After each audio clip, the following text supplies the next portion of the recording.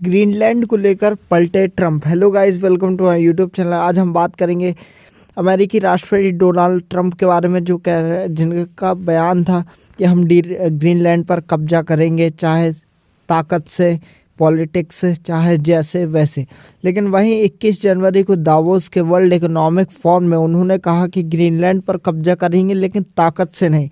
तो क्या हुआ कि 4 दिनों तक सारी न्यूज़ में एक ही न्यूज़ चल रही थी, सारे न्यूज़ चैनल्स में एक ही न्यूज़ थी कि क्या डोनाल्ड ट्रंप वेनेजुएला जैसे वेनेजुएला के राष्ट्रपति को किडनैप किया था, वैसे ही हमला किया जाएगा ग्रीनलैंड पर और कब्जा कर लिया जाएगा। लेकिन 21 जनवरी को ट्रंप ने इकोनॉमिक फोरम में कहा कि हम ग्रीनलैंड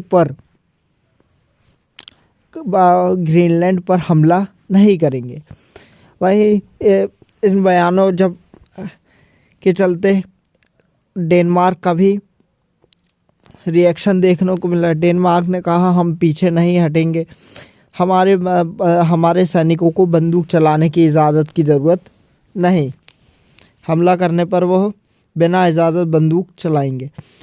तो क्या रीज़न है अमेरिका के पीछे हटने का?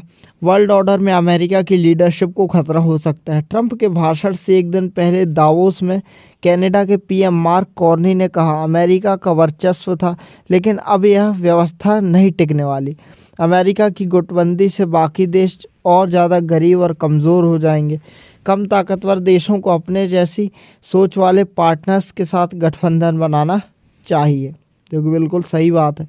अक्सर यूएन को अमेरिका के सामने झुकना पड़ा है और गलत के आगे झुकना पड़ा है।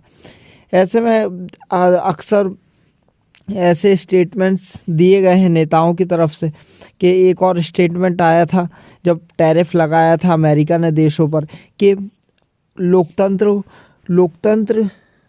को बनाए रखने वाले देश ताकतवर लोगों के सामने झुक जाते हैं और गलत के सामने झुक जाते हैं। ये स्टेटमेंट यूरोप के देशों की साइड से आया था जब डोनाल्ड ट्रंप ने टैरिफ लगाया था। दरअसल चीन और रूस अपनी ग्लोबल पोजीशन मजबूत करने का मौका ढूंढ रहे हैं।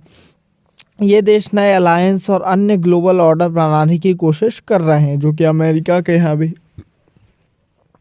दुनिया एक ऐसे सिस्टम की ओर बढ़ रही है जहां अमेरिका का ग्लोबल ऑर्डर ना हो और देश अपना हित देख सके, जो कि बिल्कुल भारत की तरफ भी अगर हम देखें तो अभी भारत अमेरिका का काफ़ी टैरिफ को लेकर विवाद चल रहा है, तो भारत भी एक नया बाजार तलाश रहा है। हाल ही में आई पेंटागन की रिपोर्ट में चीन और अमेरिका की नेशनल सिक्योरिटी स्ट्रेटजी 2025 में रूस को खतरा बताते हुए उन पर नज़र रखने की बात कही गई थी। अच्छा, चाइना और रूस के खिलाफ हो ही नहीं सकता। दुनिया भर में एंटी ट्रंप माहौल की लामबंदी भी हुई है, जैसे कि अभी नो किंग्स प्रोटेस्ट हुआ था। उसके बाद जो भारत अमेरिका से जो भी दूसरे देशों के नागरिकों को निकाला गया, उसमें भी काफ़ी प्रोटेस्ट हुए। तो एक तरह से ट्रंप के खिलाफ माहौल चल रहा है। ट्रंप के रवैये से नाटो और यूरोपीय यूनियन के देश भी नाराज़ हैं। वे इसे दबाव और ब्लैकमेल की राजनीति बता रहे हैं।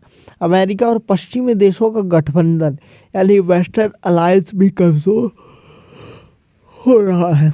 21 जनवरी को ट्रंप के भाषण के बाद यूरोपीय संसद ने यूरोपीय यूनियन अमेरिका ट्रेड डील का काम रोक दिया है, क्योंकि ट्रंप ने अपने भाषण के दौरान कई बार ग्रीनलैंड को लेकर कमेंट किया था।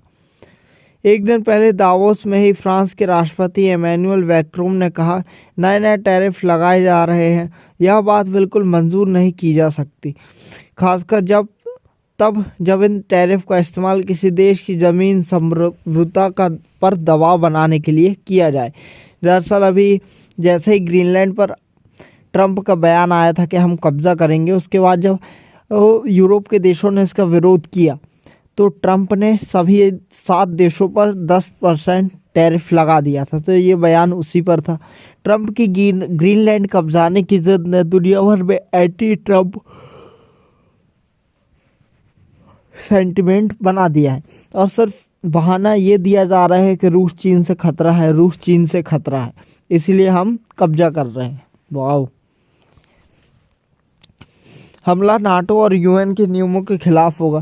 दरअसल नाटो का सिंपल सिद्धांत है कि वो दूसरे देशों से हमले की रक्षा करेगा, लेकिन ये सिद्धांत नहीं है कि दो नाटो मेंबर आपस में लड़ें। ग्रीनलैंड डेनमार्क का हिस्सा है और डेनमार्क नाटो में शामिल यूरोपीय देशों में से एक है। नाटो के आर्टिकल 5 के मुताबिक किसी एक देश पर हमला पूरे नाटो देशों पर हमला माना जाएगा। नाटो देशों ने ग्रीनलैंड में फोर्स भेजी है। डेनमार्क ने करीब 150 सैनिक तैनात किए हैं। क्या ही होगा 150 सैनिकों से। वहीं Norway, Finland, Sweden, Germany, France, Netherland और ब्रिटेन जैसे नाटो देशों ने भी सैनिक भेजे। सैनिकों की संख्या बहुत ज़्यादा है। किसी ने 1 सैनिक भेजा, किसी ने 7 सैनिक भेजे। मतलब मजाक चल रहा है। यूएन चार्टर में भी कहा गया कि जंग की स्थितियों के बिना किसी संप्रभु देश पर एक तरफा हमला करके कब्जा करना अवैध है। वेनेजुएला पर ट्रंप ने अपनी कार्रवाई के पीछे ड्रग्स की तस्करी और अमेरिका में घुसपैठ का आरोप लगाया था। ग्रीनलैंड में वैसी स्थितियां नहीं है। ग्रीनलैंड में सिर्फ यही बहाना दिया जा रहा है कि हमारी राष्ट्रीय सुरक्षा के लिए ज़रूरी है।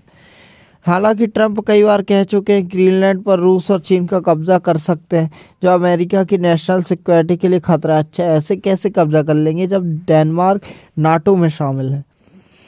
ये सब एक बहाना है गाइस। हालांकि ट्रंप कई बार कह चुके हैं कि ग्रीनलैंड पर रूस और चाइना की वजह से कब्जा किया जा रहा है। इसके अलावा ग्रीनलैंड की रक्षा को लेकर अमेरिका और डेनमार्क के बीच 1951 में एक समझौता भी हुआ था। इसके मुताबिक डेनमार्क साम्राज्य और ग्रीनलैंड की संप्रभुता को अमेरिका मान्यता देता है। नाटो में अंदरूनी बंटवारे का खतरा बना हुआ है। नाटो 32 देशों का सैन्य संगठन है, जबकि यूरोपीय यूनियन में 27 देश हैं, जिनमें से 4 देश ऑस्ट्रिया, साइप्रस, आयरलैंड, माल्टा को छोड़ दें तो बाकी 23 देश नाटो का हिस्सा हैं। नाटो में नॉर्वे, ब्रिटेन, अमेरिका जैसे 9 नॉन यूरोपियन देश भी शामिल हैं। अमेरिका अगर नाटो देश डेनमार्क के इलाके पर हमला कर दे तो बाकी यूरोपियन देश नाटो समझौते से बाहर आ सकते हैं। हालांकि ट्रंप ने नाटो को कभी भी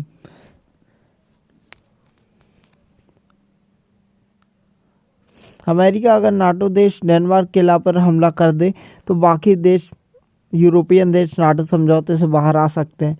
लेकिन ट्रंप ने नाटो को कभी खराब बिजनेस डील कहा था, कभी ऐसा क्लब बताया जहां अमेरिका बेवकूफ़ बनता आया है। वाह। अमेरिकी न्यूज़ चैनल CNN की रिपोर्ट के मुताबिक ट्रंप की पॉलिसी से नाटो में बंटवारे और इलाके में बड़े युद्ध का खतरा है। अमेरिका में ही इस पॉलिसी का विरोध कई बार हो चुका है। अंग्रेजी अखबार डेली मेल की रिपोर्ट के मुताबिक 10 जनवरी को ट्रंप ने जॉइंट स्पेशल ऑपरेशंस कमांड को ग्रीनलैंड पर संभावित हमले का प्लान तैयार करने को कहा, लेकिन जनरल डैन केन की अगुवाई वाले अमेरिका के सीनियर डिफेंस ऑफिसर्स यानी जॉइंट चीफ ऑफ स्टाफ के ग्रुप ने इसका विरोध किया था। वहीं दूसरी दुनिया के सबसे बड़े द्वीप ग्रीनलैंड का 80% हिस्सा बर्फ से ढका हुआ है, जो कि अब पिघल रहा है और नए नए रास्ते खुल रहे हैं। 21 लाख वर्ग किलोमीटर से ज़्यादा के क्षेत्रफल के साथ ग्रीनलैंड से दुनिया का सबसे बड़ा आइलैंड है और ये किसी महाद्वीप से जुड़ा भी नहीं है। इसका 80% हिस्सा बर्फ से ढका हुआ है, लेकिन ग्लोबल वार्मिंग के कारण धीरे धीरे पिघल रहा है, जिससे वहाँ नए नए खनिज मिलने की आशंकाएं हैं। ग्रीनलैंड सबसे लंबी समुद्री सीमा वाला देश है, जो 39,000 किलोमीटर से ज़्यादा है। 1721 में ग्रीनलैंड डेनमार्क की कॉलोनी बना और 1979 तक डेनमार्क का शासन रहा। 2009 से यहाँ स्वशासन लागू है। यहाँ करीब 56,000 लोग रहते हैं, जिनका मेन काम मछली वगैरह का पकड़ना है। इनमें से 90% इनुइट डिसेंट है, जो पारंपरिक तौर पर शिकार और मछली पकड़ते हैं। जैसे कि बताएं, यहाँ करीब 100 किलोमीटर में महज 3 लोग रहते हैं। क्या बात है। यानी पॉपुलेशन डेंसिटी करीब 0.03 है, जो दुनिया में सबसे कम है। अच्छा है, पॉपुलेशन नहीं, पॉल्यूशन नहीं। यहाँ डियोडाइनियम, प्रासियोडाइमियम, डिस्प्रोसियम, टर्बियम और यूरेनियम जैसे दुर्लभ खनिजों का भंडार है। लोगों को पता ही नहीं होगा, नॉर्मल पीपल्स को पता नहीं होगा इनकी कितनी वैल्यू है इनकी। मतलब इलेक्ट्रिक वाहनों में इस्तेमाल होते हैं ये, और आज के टाइम पर जैसे जैसे दुनिया बदल रही है इलेक्ट्रिक चीज़ों का यूज़ बढ़ रहा है, गाड़ी से लेकर फ़ोन तक। Okay guys, so thank you so much watching my video. ऐसे ही नई वीडियो के लिए मेरे साथ जुड़े रहिए। Thank you so much.